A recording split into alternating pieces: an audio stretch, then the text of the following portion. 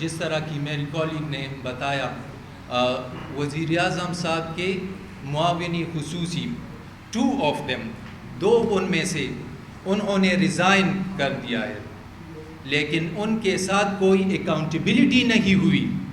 ایک تھی تانیہ ادریس جو کہ ڈیجیٹل پاکستان کی انچارج تھی، اور اس special assistant to prime minister appoint ہونے سے 1 ہفتے پہلے انہوں نے ایک کمپنی رجسٹر کروائی، اور وہ کمپنی جس میں جہانگیر ترین جس میں ڈائریکٹر ہیں۔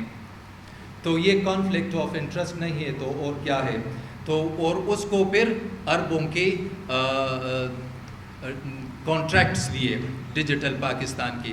پھر اب انہوں نے جس طرح کہ آپ لوگوں نے رپورٹ کیا، جس طرح کہ میڈیا میں آیا، اور انہوں نے ریزائن تو کر لیا، لیکن گورنمنٹ کی طرف سے ابھی گورنمنٹ نے یہ کوئی لب کشائی نہیں کی اس کے بارے میں کہ ریزائن کیا تو کیوں کیا، ریزائن کرنے پہ مجبور کیا تو کیوں کیا، کچھ نہیں کہا ابھی تک، نہ کسی نے ابھی تک لب نہیں کھولے۔ اسی طرح ڈاکٹر ظفر مرزا، یہ دونوں ڈول نیشنل ہیں۔ پھر یہ کہ یہ اسپیشل اسسٹنٹ تھے ہیلتھ کے بارے میں، اور انہوں نے 10 ارب کے کرپشن کا اس کے بعد خود برد کرنے کا اس پہ الزام ہے۔ اچھا، انہوں نے اس پہ یہ بھی بلیم ہے کہ نیپوٹزم کی ہے، نیپوٹزم اقربا پروری، اور اقربا پروری کے ذریعے انہوں نے جونیئر آفیسرز کو سینئر گریڈز میں پوزیشنز میں ترقی دی۔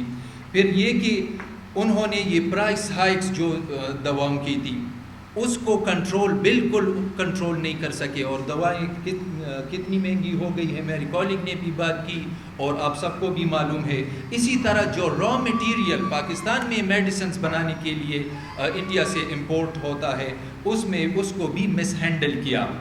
اسی طرح انہوں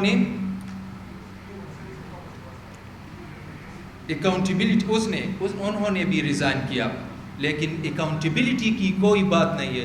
جو ٹیکہ وہ اور تانیہ ادریس قوم کو اور غریب عوام کو، ٹیکس پیئر کو جو وہ لگا چکے ہیں، اس کے بارے میں ان سے ابھی تک کوئی پوچھ گچھ نہیں ہوئی، اور نہ حکومت اور نہ کوئی لب کشائی کرنے کی کوشش نہیں کر رہا۔ اس کو ریپلیس کون کر رہا ہے؟ اس کو ریپلیس کر رہا ہے ڈاکٹر فیصل سلطان، اور یہ پرائم منسٹر کے فرینڈ ہیں۔ Conflict of interest, nepotism.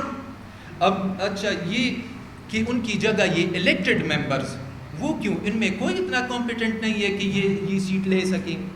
یہ تو پی ٹی آئی میں پھر کمپیٹنسی کی بڑی کمی ہے۔